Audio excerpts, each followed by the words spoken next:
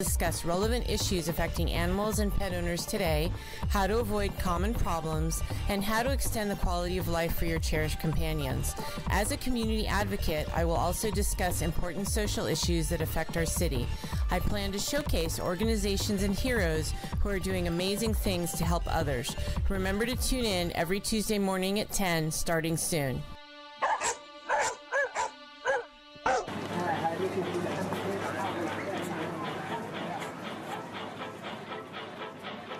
Do you want to relive the golden days of Stockton? Join Nate Knott on Stockton Alive every first and third Monday at 6 p.m. Tune into thevoiceofstockton.org.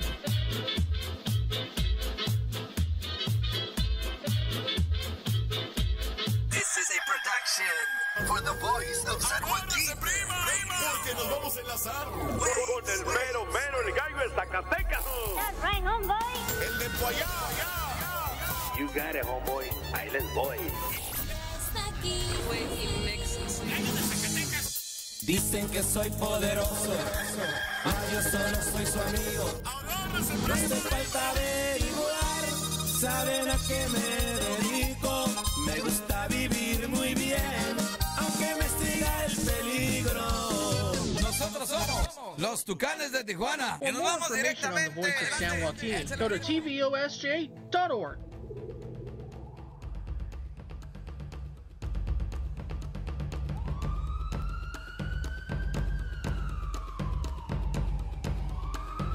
You are listening to Ready4Rescue on the voice of San Joaquin.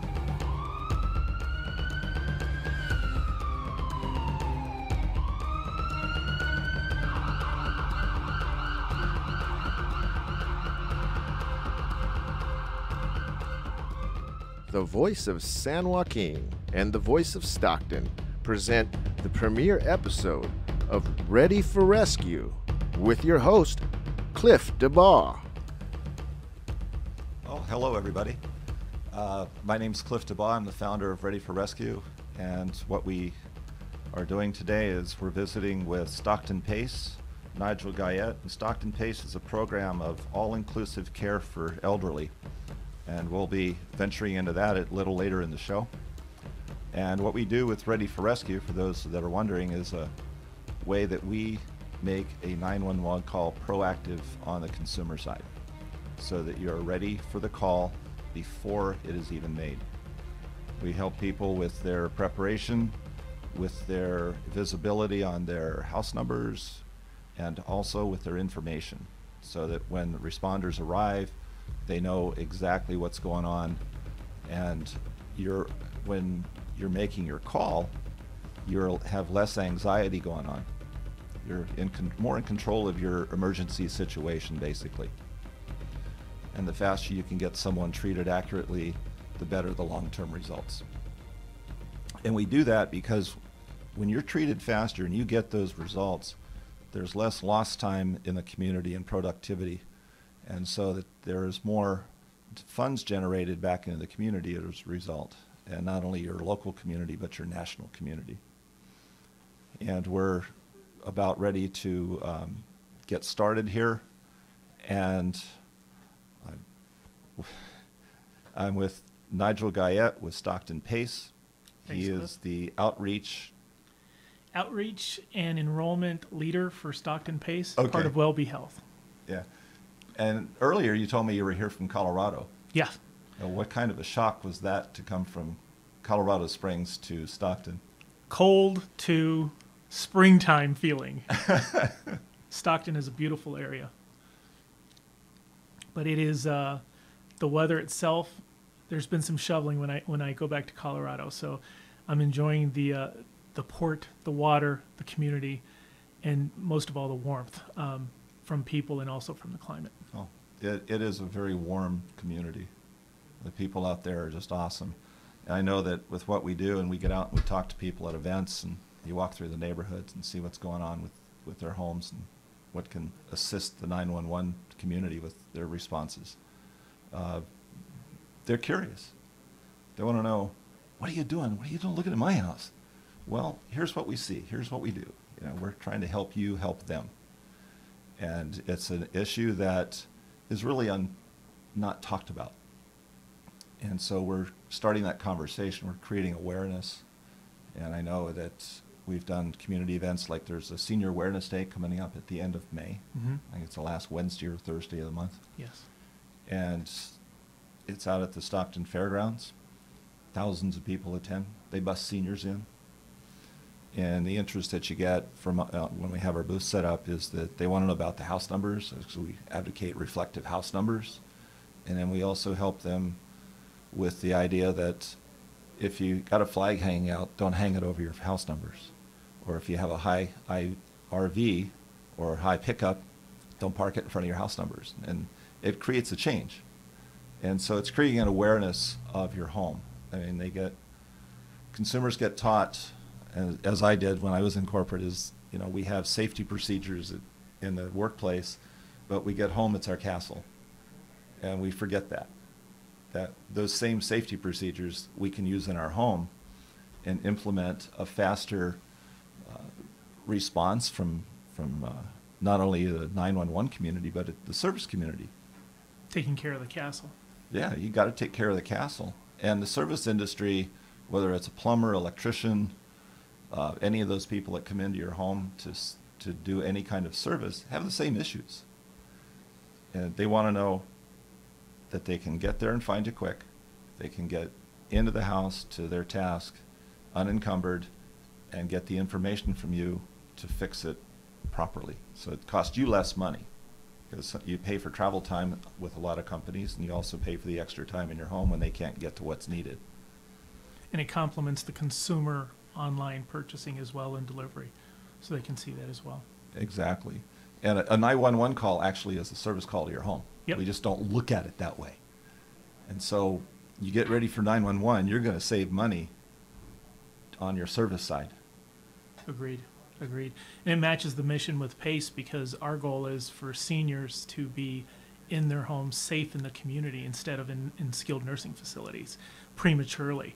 So anything to help them keep safely at home, it's just good medicine. It's good planning, and it's a common sense approach.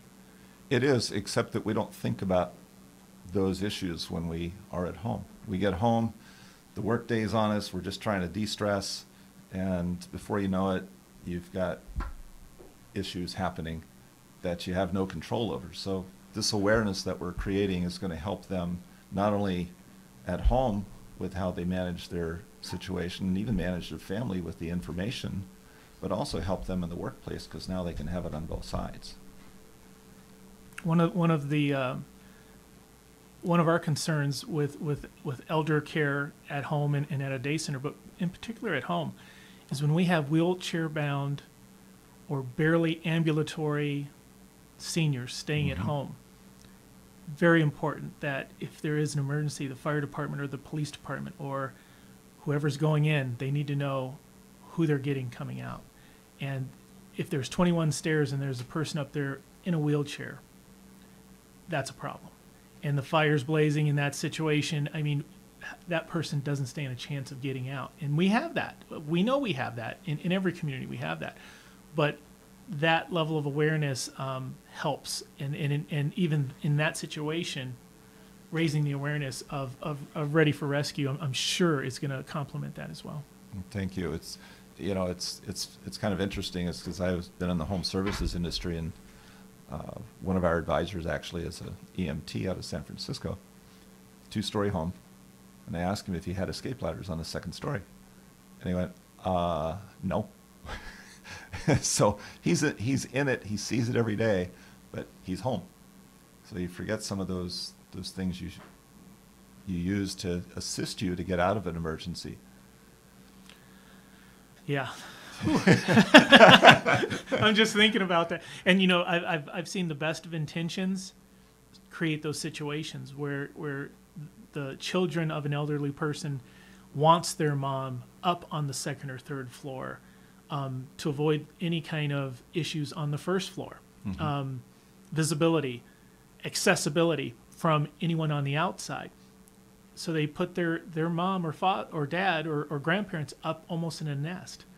But they have to get out of that nest if there's an emergency. Yeah. And that's one of the challenges. So, we have to we look at safety screens, not only assessing the person in the home, but we look at what's going on in the home as well, and we want to know, are the doorways wide enough for that wheelchair to get through, and we do ask, what is your evacuation plan in case of an emergency? What is your evacuation plan? And by the way, who's going to take care of your dog? How are you going to take care of your pets, which is a whole nother issue. It's interesting you bring that up. In my home services side, which is another life, I had seniors I would check on that were close to the main road I was traveling, that I'd been to before. And I got to a gentleman's home, this is in the blog, and he was in the middle of a heart attack. He was on the phone with dispatch. And he didn't want to leave because he wanted his dog taken care of. And unfortunately, I knew the dog's name, and I says, I'll take care of Weezer, and you just take care of yourself. And I could hear him, so make sure he's okay on that side. And I went and got a neighbor that knew the dog to get him taken care of. And then the caller goes, all right, you can come get me now. And you're like, this is your dog. We'll take care of the dog, Bob. It's okay. But you can mess with it. There's no saying you can mess with the man, but don't mess with his dog. And it's true. And it's pets are near and dear to our hearts. I mean, we go back into burning buildings for our pets. Yeah.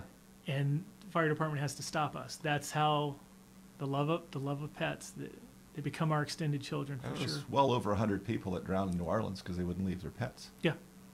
And Yeah. It's sad but true. They're the companion when you get home. You can talk to them. There's no feedback. They're just happy to see you. They just wag their little tails and feed them, and you just want to be fed. That's it.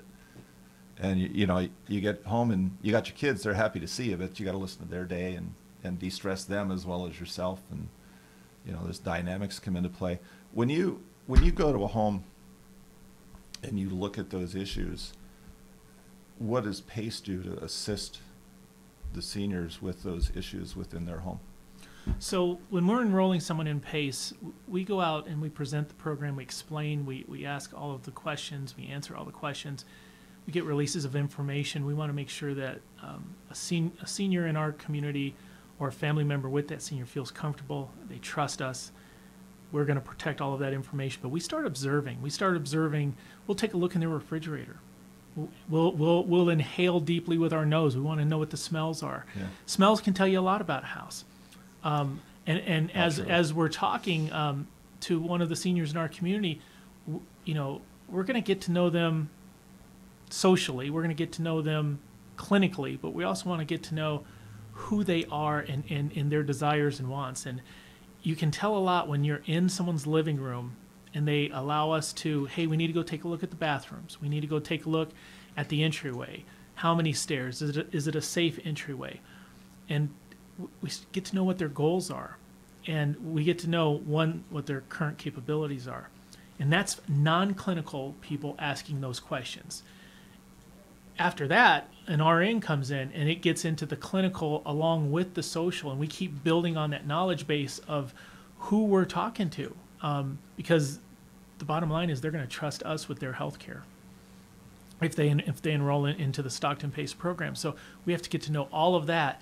And that RN is looking at it from a clinical perspective of what are the safety needs of this environment and what does this person need to be safe to remain at home, because they don't want to go into the skilled nursing facility. Nothing against skilled nursing facility, but going in too early, that's not good for anybody, including the skilled nursing facility. So what does it take for them to be safe?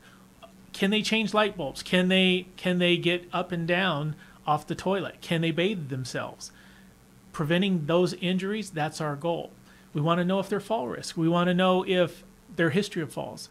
And if they have that, what we can do to prevent, but also what's causing the falls. And if we can identify what's causing the injury, what's causing the risk, what's causing the possibility of an injury, we can then not only provide good quality health care, but we can address those concerns to help them stay for as long as possible safely in the community. What are some of the questions that you ask people? What are your goals? If we see a pet, what's the name of that pet? What's the rules with the pet? But also, how do you move around the house? Are you there's a term called furniture surfing, where you literally have to hold on to whatever you're walking by.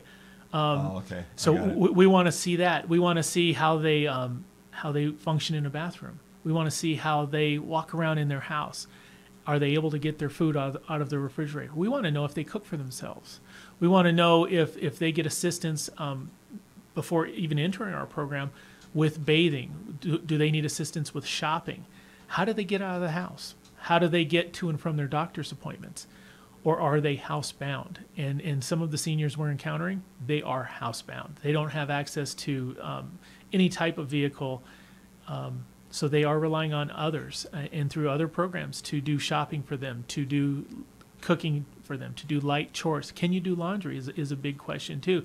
Hauling, if there's stairs to get to the laundry and you're carrying a laundry basket and you're a frail elderly person in our community with a weak gait and not the strongest legs, there's a fall risk right there. And that fall risk can escalate into an emergency situation, which leads to your awareness of, and you don't want a senior laying there 3-4 hours and not able to get to the phone. Your program is huge because that awareness, can we get to those seniors sooner than later? And well, in our mind, can we prevent those accidents from happening? We want to know how many times they've been to the ER. Are they frequent flyers to the ER? Cost the community a tremendous amount of money, but that's not the point. They're not getting the health care they need. Now, for those that don't know, a frequent flyer is someone that uses the ambulance on a repeat basis, and they're familiar even with the attendants that come into the house. Yeah, and by default, go to the ER. Just go to the emergency room. And that can impact a community tremendously, because if it's preventable and we could have taken care of it in the home or at an urgent care or some triage component of catching it earlier with less impact on a hospital system, the real ER needs can be met faster, sooner, better, and improve some outcomes as well. So your program is a pre-hospital care? Yeah, our program. Do you do that kind of thing? Our program is home-based, day center-based, 24 hours a day, 7 days a week, and in off hours, someone enrolled in PACE, in Stockton PACE, they have access to call a nurse at any time, talk to a nurse at any time, and if that nurse says you need to go to the ER, we'll be the ones that'll be sending the ambulance. But it's not preventing ER. If someone enrolled in Stockton PACE thinks that they have an emergency, their heart, whatever the situation is, they know their body usually better than most, but if they feel it's a true emergency, they can call the emergency room. We will meet them there. But PACE is, with the program of all-inclusive care for the elderly, we are not only the insurer, but we're the direct care provider. So when you enroll in PACE, you have an insurance card. If you go to the ER, you present that insurance card. Who pays the bill? We do happily. We don't want people to stress over the care of healthcare or the cost of healthcare. We want them to stress over the quality of healthcare and how do they stay at home longer. So the people that they call are actually community-based. They're not some call center or somewhere else. Oh, no, they're all here locally. Right here locally, and there are staff. So we have on-call staff in those off hours that they're ready for the phone call. They have to be ready for that phone call because healthcare doesn't sleep. Healthcare is 24/7, and the older we get, the more healthcare needs we have. So that's just normal aches and pains, but that's the reality of it. And there's no one size fits all. Every person is a very unique healthcare system that needs a healthcare system designed specifically for them to help them in what their needs are. Well, I think your program reduces some of the fear that seniors have about leaving their home, what they're going to encounter when they're outside that home. Is there any kind of like a psychological help for the seniors to make any kind of transition? So even just to visit your center brings on fear because you got people they don't know. It's a big center. So when we're enrolling someone in Stockton PACE, we start with the phone calls, and it could be a referral from a family member or it could be someone calling for themselves, and we start building that level of confidence and trust from the very first. We have to ask some very important questions, but also some very personal questions to get to know them and to see, one, if they're eligible for the PACE program. Are they 55 years or older? Do they live in the service area of Stockton PACE, which is San Joaquin County and Stanislaus County? Could they qualify for nursing home level of care, but they want to stay at home? And home could be home, senior living, boarding house. It could be assisted living. Our mission, our spirit, our goal is to prevent a senior from entering into a skilled nursing facility, which is an extreme high cost on the entire community, prematurely. If they want to stay at home, we're going to help them stay at home.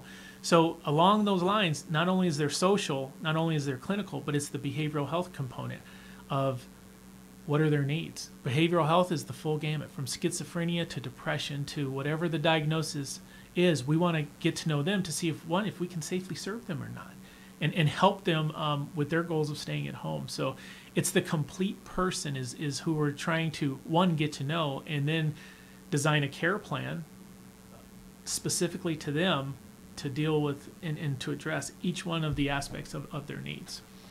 You're meeting their personal needs, their internal needs, as far as staying at home. Does PACE do anything as far as the peripheral needs of the residents that would help them stay? As far as the family, or well, what do you mean? Family's part of it, sure, but the physical part. So if they need steps repaired or doors repaired, plumbing fixed, that kind of thing. It all depends on the safety assessment, and then it all depends on the needs of the individual. Sometimes I've seen in PACE programs where we've needed to move people from one apartment to another because of the 21 stairs to get to that apartment.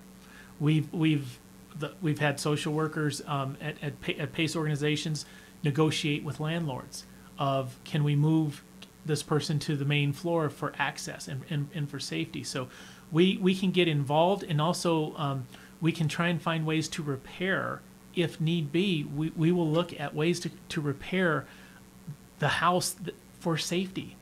And we'll look at every kind of component we can think of, what's out there, what's available in the community, who's willing to do it, who can do it, what are the permits. We can look at all of that to try and figure out, okay, how do we best serve this person? One thing about PACE is we're able to get creative with what are the needs. If we have a participant with bites on their legs and comes in and the doctor's looking at it and it's determined it's flea bites, it's fleas and ticks, we can take care of the dog, then take care of the person. That's how we can be creative. And this is a government program. This is paid for through Medi-Cal, through Medicare funds. But it's a common sense government program because we are able to address the needs, and the government trusts us to take care of the people of San Joaquin and Stanislaus. So we're able to creatively, and when I say we're talking a primary care provider, we're talking about a master in social work, PT, OT, dietary, speech therapy, transportation, which is a huge deal. You name it. We have about 8 different levels of expertise deciding on the care plan, and that's the beauty of PACE is, let's identify what they need, let's see if we can address those needs, and then let's come up with a plan to address those needs, and then let's see if the person's willing to agree to this plan, and then we implement the plan. And then every 6 months we want to see if that plan is working. But if there's an incident where the person's hospitalized, if there's a fall or anything like that, we go right back to the basics and we start over. What does this person need at this point? We find people where they're at, not where we hope they are going to be. We find them in pretty bad conditions in their home because they can't clean their home. But there are times we have to clean their home for safety. And we also have to clean their home for safety for our staff to go in there and serve as well. So it's the full gamut. And that's the beauty of the seniors of this community. It's every different flavor and a variety of needs. And that's okay. Yeah. I wouldn't want it any different. I can tell you that I would not want it any different because we learn more from our participants to help out the next one and the next one and the next one. So it helps. Exactly. We're coming up on a break, and we'll continue our conversation with Nigel Guyot from Stockton PACE in a moment.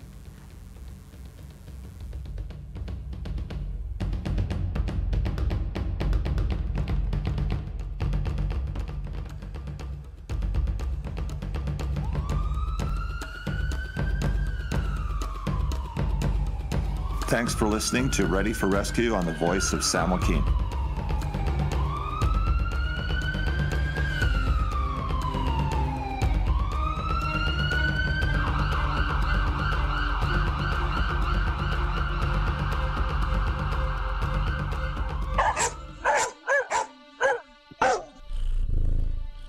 Hi everyone, this is Dr. Julie Damron, local veterinarian for over 20 years. I am so excited about my new radio show, Tales and Tips, on Tuesday morning at 10 a.m.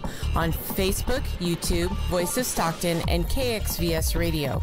I will discuss relevant issues affecting animals and pet owners today, how to avoid common problems, and how to extend the quality of life for your cherished companions. As a community advocate, I will also discuss important social issues that affect our city. I plan to showcase organizations and heroes who are doing amazing things to help others. Remember to tune in every Tuesday morning at 10, starting soon.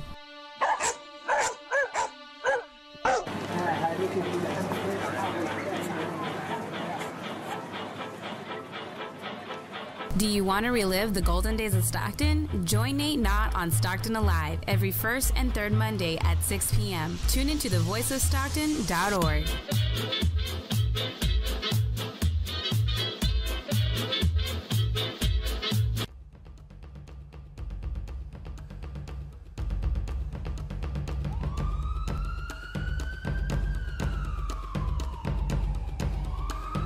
You are listening to Ready for Rescue on the Voice of San Joaquin. Welcome back from our break. I'm here with Nigel Guyot from Stockton Pace. And when we finished before the break, you were talking about different cultures. Now, how does Stockton Pace address the multiple cultural aspect of going into a home? You know, you've got Hmong, you have Spanish, you have Middle Eastern, Filipino. You have Filipino, you have Pakistani, you have Indian. What are your personnel that go into the homes, are they versed on cultural differences and how to interact? So we start with humility, because the last thing we want to do is offend anyone, and it's very easy to do when you don't know the culture. So we have outreach specialists, which are out there in the community, educating, getting to know the community, but also getting to know the habits and traditions of the community. So we have staff that go out there and do that, and they bring that back into the office, and they'll let us know if there's a language barrier. They'll also let us know who to talk to and how to talk to, and also if there's anything in particular of what we should do as far as addressing a certain community member or a certain community that we have here in Stockton. We can address the language barriers easy with translation services and whatever the need is, but culturally we have a lot to learn, and that's the good part of serving the seniors in this community, is we're going to be learning for a long time about the quality, traditions, and just tremendous communities we have here in Stockton. It's not easy to work with 10 very strong holds in the community, and I don't know how else to describe it, but when I hear about a building full of Filipinos and that's the community, that's a beautiful thing. Yeah, that is a totally beautiful thing. And I think we're going to be better off because of it, because we're going to learn how to serve Filipino elders, how to serve Chinese elders, how to serve Cantonese elders, how to serve the Hmong community. I mean, just bring it on. I mean, honestly, we're going to be better off, and our healthcare will improve because of it, because we're going to understand who we're serving better. You were talking about getting with the do we call them patients? Subscribers? We call them participants. Once they're enrolled, they're participants. Got to get the right term. Because we want them to participate in their care. Yeah. They own their care. Okay. When you have your participant that's enrolled, and you have these multi-generational families now, mm-hmm. you have the mixed blended families, mm-hmm. and how many of those is the whole family brought in for those conferences, as far as choice of care, what you can do, what you need the participant to do for themselves, what the family can do to help the participant? Usually there's 1, 2, rarely there's 3 primary caregivers in the home, and hopefully there's 1 or 2. Sometimes they're just living alone. But if there's another caregiver, we include all the way, because we know at home we're not going to be there 24/7 in the home, but that caregiver might be there. So we include into the care planning, and sometimes a participant is their own decision maker. Sometimes a participant with mental difficulties has given that decision-making authority to their loved one. That's okay. Medical, durable, power of attorney, it happens all the time. So we want to be inclusive. And we also want the caregiver and the participant to agree to those care plans that are carefully designed. That way we have the buy-in. When they're coming into the day center, we pick them up with our buses, we bring them in. We're there, we surround them with all of the care. They have activities, they're socializing, they're meeting new friends. But when we take them home, we know that that caregiver is still on the same page with us, still on that same care plan. And one of the great things about PACE with those folks at home that are providing care is when they come into the day center, when a participant comes into a day center, we're able to pick up at the door, help get on the bus, bring in. It's a white glove service. It's the best transportation going. But that caregiver then has a break. And that caregiver can recharge the batteries, go do the groceries, run the errands without having to care for their loved one. We give that break during the day. And we start people out at 2 days per week. But sometimes the needs of a participant grows into 3 or 4. And if it's 5, it's 5. But we look at it as the help that we're helping that family member right there, where mom or dad are safe at the day center. I know they're safe. They're getting everything they need. And I can take care of myself. I can put myself first for that time. I can take care of myself. I can run the errands. I can take care of those needed home improvements for rescue. Yeah. That is, and improve the quality of life. And also when they come home, they have a more rested, happier caregiver doing that work of love. I mean, and it is the hardest thing to do, is take care of a loved one at home. I would ask everyone who's listening, don't ever judge someone doing that, because you don't know what they're going through. It is extremely difficult with a lack of sleep on top of it. It is very, very hard. Oh, you are so right. I've been involved in a situation for the last 1.5 years. It'll break you. Yeah. It'll break you. And it's like you're exhilarated because they're making progress during the day, and then when you get home, all of that energy and the stress that goes with it to make sure that you're working with that person just deflates you like a balloon. And it's like, give me dinner, give me a bed. And and then you get up and do it again the next day and the next day. And you're getting up in the middle of the night if needed to help. I've had those calls too. And we're talking, 2 to 3 hours of sleep. And if you're not used to that, it impacts you in every aspect during the day. And when you talk about community impact, caregivers are a vital part of this community. But if they can't function, how do they hold a job? If they can't function, how do they take care of their loved one like they should be taken care of? We can only take so much as a human being, and it wears you down, and it'll break you. That's why I love PACE when we were able to help families, and they're staying at home, and then you see that smile on the family member of, thank you for that help. Those 3-5 hours, those 3 times a week, I know it's my time, and I get that. They never thought they had that when they signed up to be a caretaker, but when they connect with us and enroll their loved one in PACE, we're able to really bridge some of those gaps that are just, it can kill you. Cliff, I don't know how else to say it, but until you do it, you'll realize how broken you can get. Well, the stats are physically. The caregiver gets sicker than the person they're caring for. I would say that's a true stat, because it is the most difficult work, and we staff to take care of. We're staffed, and we're prepared to take care of up to 100 plus seniors in our day center, and we have a state-of-the-art day center. It's built with a participant in mind, where you enter and you go straight, and you have to make one turn to get the services, one turn to go to the clinic, one turn to go get your haircut, one turn the other way to go get a meal. PTOT is you make one turn. You don't have to worry about finding your way. We don't believe in hallways. We want when you look at our day center pictures of it, or if you visit us, and we're at 582 East Harding Way, just stop in and see us, and you'll see an atrium, state of the art, built for seniors and bariatric seniors. I mean, we know weight is a concern, and the heavier a senior is, and the less strength they have, we know that's part of it. But that's the vision that Stockton Pace finally has come to this community, because this has been a void, and it's a well-known void that we wanted to address. San Joaquin County and Stanislaus was a big donut hole for senior care, for day center senior care and at home. There's bits and pieces, but it's not coordinated.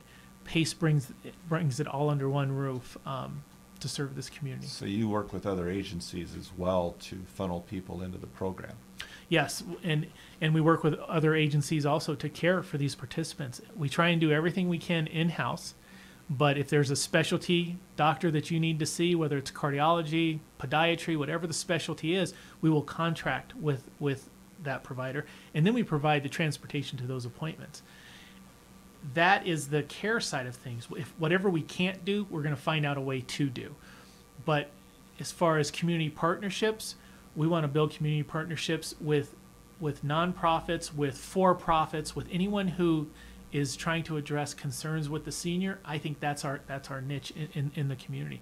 And again, it's not for every senior. It's those seniors that are sick enough they could go into a skilled nursing facility, but they want to stay at home, and they just need a little bit of help to stay at home safely. They don't need 24-hour care, but they need 3 times a week, 2 to 3 hours a week. They need someone to help them.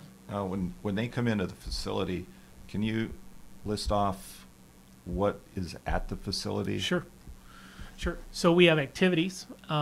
Think of it as a community center for the elderly, where activities are going on. It could be bingo, it could be checkers, it could be dance, it could be Tai Chi, it could be chair Tai Chi, which is hard to say, but some type of activity, and they can go there and do absolutely nothing. They don't have to do anything.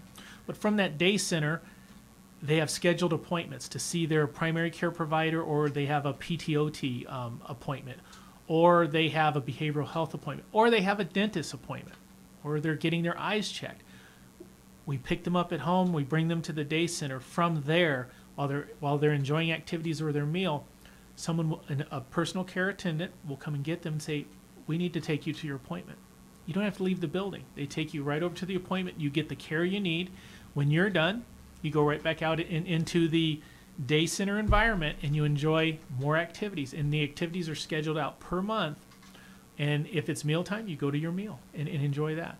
The whole point is we want a safe environment where high-quality health care for seniors is being provided, and we know access to health care is one of the biggest barriers across this country. Access to health care, physical access to health care. How do you get there? Transportation is a big deal. Transportation is a big deal in emergencies. I mean, that was a big deal in Katrina with why didn't they leave? That was one of the big questions. I'll never forget that. Well, guess what? They couldn't leave. Yeah. Some of them couldn't leave. Some of them chose not to leave, but also some of them could not leave. And the same goes for healthcare. Some of them, they'll call, they'll get the appointment. They have no way of getting there. And what PACE tries to do is we try and take away the decision of, do I pay for my prescriptions, or do I pay for food on the table? Or do I get the walker or rollator to help me get around? Or do I pay for my prescriptions, or do I get gas in the car? We will provide those prescriptions. We will provide transportation to and from appointments, so you can spend your money, what little money you have as a senior, on your food and try and improve your quality of life. So anything healthcare related, but it's all based on assessment of our expert team to derive at what's needed. And we work with the person to understand, well, what are your needs? We're not going to get hot tubs for people unless a doctor writes a prescription and there's a need for it. I mean, we're not going to build a ramp or even try to figure out how to build a ramp unless there is a need for it. We're not going to build a ramp to a koi pond. I remember hearing that as a request from a PACE participant, not here in Stockton, but at a different PACE organization, and they wanted a ramp built so they could go to their koi pond. And then they asked us to take care of the koi pond. And we said, no, that's really beyond healthcare. Right. But it's based on needs. And we want quality of life for seniors in San Joaquin County and Stanislaus to be improved. That's why we're here. And I think we can do it. Some people have never heard of PACE, but PACE started in San Francisco. And the simple story is the elders of the Asian community went to local government and said, we need help taking care of our elder. And this is back in the 70s. And it was, well, you need to put them into skilled nursing facilities. And you don't do that in that culture. So the idea came up of get a community center, put the doctors in there, put their health care, and we'll bring them in there, and we'll take care of as many as we can. Works so well that all of a sudden other private funding organizations said we want to try it in different cities, see if it replicates. It worked so well at that point the government said we want in. And when the government said we want in, we don't want in as an entitlement program, it's an eligibility program. So it's deeply embedded in the budget of Medicare and Medicaid and state Medicaid programs. It's not part of the Affordable Care Act. It's not an entitlement program. It's an eligibility program. You have to be eligible. And we're trying to find, we know that there's probably in our service community of our service area of 44 zip codes, we know there's between 3,000 and 4,000 seniors that qualify for PACE. We absolutely have seen the data. And that means, 55 years or older, living in the service area, but they could qualify to go into the nursing level, the skilled nursing facility, but they want to stay at home. And look at the impact on Ready4Rescue. I mean, you have 3,000 or 4,000 seniors in this community that it's going to be hard to get them out of their houses. It's going to be difficult. They're going to be, can they get out on their own? That's an interesting question of the 3,000 or 4,000. And we're confident we're going to find about 1,000 of them in the next few years to serve. And we're going to keep looking for them. And we're going to be available to those families and to those seniors. We're going to make ourselves available to see if they're eligible and if we can serve them. I think one of the interesting parts about your facility is the personal care side. I've been through it, and it's at University Park. Yeah, is another reference for Stockton folks, and it's a beautiful setting. You have this right big pond out there with a fountain out there, and it's very relaxing to be outside. On those personal care, do you have beauticians, barbers come in? There's also, I believe I heard that they could even get their own, they could take bathing and personal care that way? Yeah, we have folks that can't bathe themselves safely at home. They're enrolled in PACE, so they can bring a change of clothes, and we have the staff that can give them a great bath and nothing like that. We'll bring in a barber for haircuts. We will do manicures, we'll do pedicures, and we also, with the diabetics that we have and that we serve, cutting those toenails. And toenail care is a big deal to reduce infections. But yeah, we have a room called the spa, and when you look in it, there's a place to lay back and get your hair washed, and it's barber chair as well. So that's nothing like a good haircut, but some folks can't afford that. Some seniors will not be able to afford that. But a shave and a haircut and 2 bits, right? 2 bits, that's right. I got to thank you. I hate to cut this off. This is really interesting. And this concludes our premiere show of Ready4Rescue. And we look forward to hearing from you next time, Thursday at noon.